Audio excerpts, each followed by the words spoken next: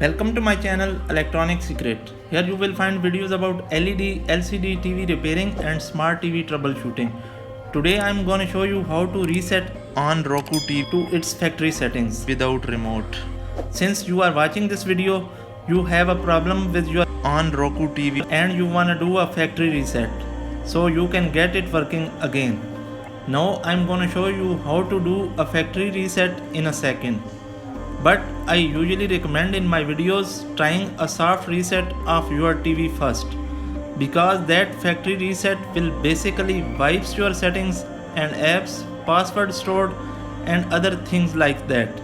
So you should probably try a soft reset if possible. I am going to describe is a soft reset first. If that doesn't work, I will go on with a hard reset to solve your problem. Now the soft reset is really easy to do. Is to unplug the TV from the wall. Don't turn off from the remote. Unplug it from the wall.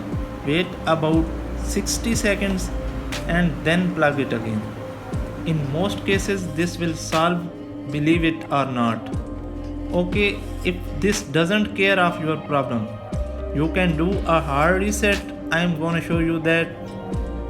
Now to perform the reset on most Onn Roku TV without remote, press and hold reset button located on the back or under your Onn Roku TV for 20 seconds.